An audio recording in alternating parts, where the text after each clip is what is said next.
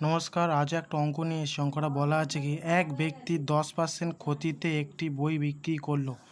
বইটি 50 টাকা বেশি মূল্যে বিক্রি করলে 15% লাভ হতো। বইটির বিক্রয় মূল্য কত? আমাদের প্রথমে কী করতে হবে? প্রথমে আমাদের ক্রয় মূল্য বের করতে হবে। কিন্তু এখানে উত্তর হবে 180 টাকা বিক্রয় মূল্য। ক্রয় মূল্য আমাদের প্রথমে বের করতে হবে।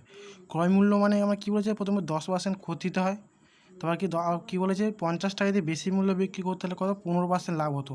মানে প্রথম 10% ক্ষতি হচ্ছে, তারপরে 50 টাকা বেশি বিক্রি করে 15% লাভ হচ্ছে। মানে 10 টাকায় 10% ক্ষতিটাকে মেকআপ করে তো 50 টাকা লাভ করছে। তাই 10 + 15, তাহলে এইটা কত হয়? 25। এই 25% সে লাভ করছে। টোটাল সে 25%, 10% ক্ষতিতে যেটা বিক্রি করছে সেখান থেকে সে 25% লাভ বাড়াচ্ছে। বাড়ানোর পরে তার 50 টাকা বেশি লাভ হচ্ছে।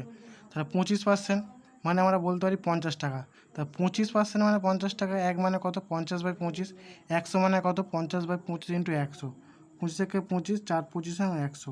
তাহলে 4 আর 25 গুণ করলে কত হয়? 200 টাকা। এই 200 টাকা হচ্ছে আমাদের কি ক্রয় মূল্য। 200 টাকা ক্রয় মূল্য হয়। তাহলে বিক্রয় মূল্য কত? প্রথম বলেছে বিক্রয়, এই যখনই বলবে বিক্রয় মূল্য কত, তাহলে প্রথম যেটা বলেছে সেইটাই বের করবো।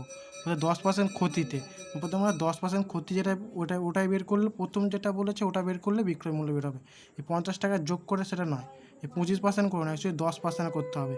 20 ইন্টু আমরা জানি কি 90, মানে 100 টাকা 10% লস। যদি 100 টাকা ক্রয় মূল্য হয় তাহলে 10% লস মানে 90 টাকা। তার 90 টাকা বিক্রয় মূল্য হয়।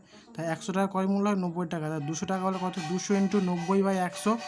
তাহলে 0 0 কেটে দেবো, এই 0 0 কেটে দেবো। 9 দুগুণে কত? 18। 18 আর 0 18, 180 টাকা। এটা হচ্ছে প্রাথমিক বিক্রয় মূল্য। প্রথমে যে 10% ক্ষয় করেছে এটাই হচ্ছে উত্তর।